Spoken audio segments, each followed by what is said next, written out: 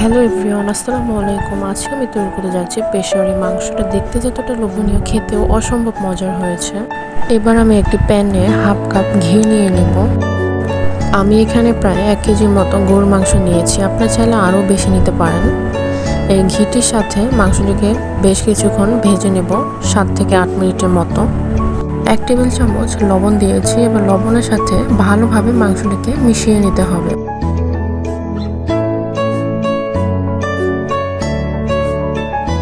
আমি এখানে 6 থেকে 7টির মতো আলু নিয়েছি, আপনারা চাইলে আরও বেশি নিতে পারেন।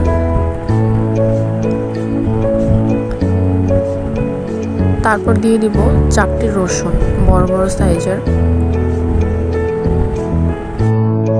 3টি টমেটো নিয়েছি, আমি মাঝখান থেকে দুভাগ করে কেটে নিয়েছি, আপনারা চাইলে আস্তেও দিতে পারেন।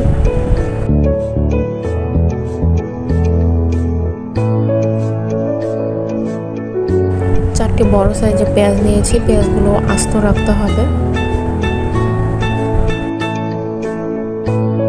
এবার উপর থেকে আমি 10-12টি কাঁচামরিচ দিয়েছি, আপনারা চাইলে আরও বেশি দিতে পারেন। একটি আদা দিয়ে দেব, ছোট করে কেটে নিয়েছি আমি। উপর থেকে আমি 1 টেবিল চামচ গোলমরিচ নিয়েছি। ফুটন্ত 2 কাপ গরম পানি নিয়েছি, পানিটি দিয়ে ভালোভাবে মিশিয়ে নেব।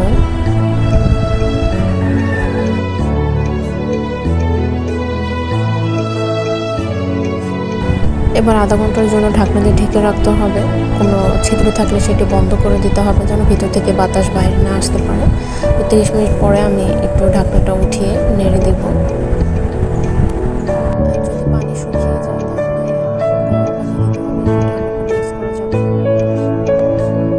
আবারও আমি ঢাকনা দিয়ে ঢেকে দেব।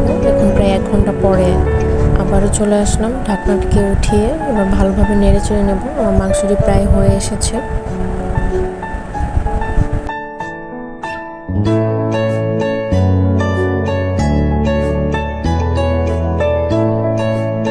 নামানোর আগে আমি উপর থেকে 1 টেবিল চামচ ঘি দিয়েছি, এতে অনেক সুন্দর একটা গ্রান আসবে।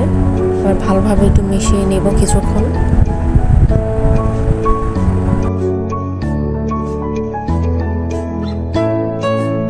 এবার আমি আপনাদেরকে দেখিয়ে দেবো যে আমার মাংসটা ও আলু ভিতর সব কিছু ভালোভাবে সিদ্ধ হয়েছে কিনা। আমি একটি আলু উঠিয়ে নিয়েছি, আলুটিও পুরো সিদ্ধ হয়ে গেছে, ধরে যাওয়ার সাথে সাথেই ছুটে যাচ্ছে। এবার আমি একটা মাংস নিয়েছি, মাংসটাও খুলে যাচ্ছে, ভিতর থেকে অনেক বেশি নরম হয়ে গেছে। আমি এবার চুলো থেকে নামিয়ে নিয়েছি। আপনারা একবার হলেও বাসায় এটা ট্রাই করবেন, এটা খেতে অনেক বেশি মজার হয়েছে। যদি আমার ভিডিওটি ভালো লেগে থাকে অবশ্যই একটি লাইক, কমেন্ট এবং সাবস্ক্রাইব করে দেবেন। আজ তাহলে এখানেই বিদায়, সবাই ভালো থাকবেন।